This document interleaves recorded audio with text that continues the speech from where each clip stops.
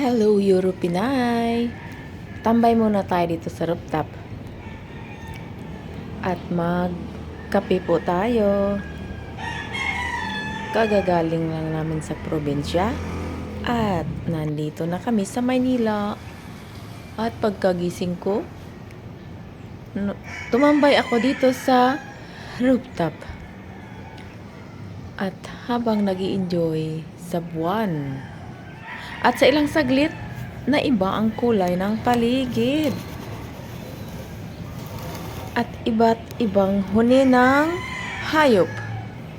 Manok, ibon at aso. Isang linggo po pala kami doon sa probinsya. Kulang po ang isang linggo. At ayan, nandito na kami sa Maynila.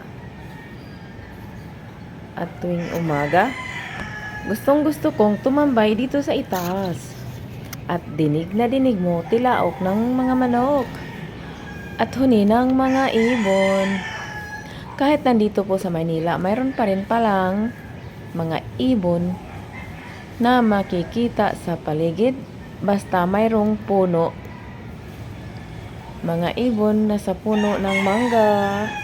At nakakatuwa lang pakinggan ang kanilang mga awit tuwing umaga. Ang sarap sa tainga. Gustong-gusto kong marinig ang kanilang mga awit. At ayan po, sinishare ko sa inyo ang view sa paligid.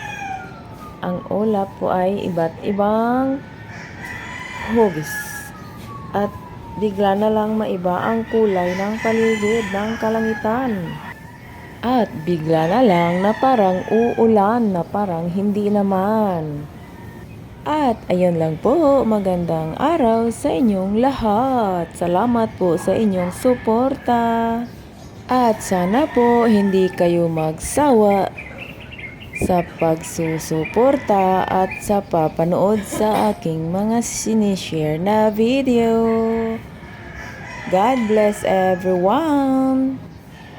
Bye-bye. Thank you for watching. Please share and subscribe. Ayun lang po. Hanggang dito na lang po. Bye-bye.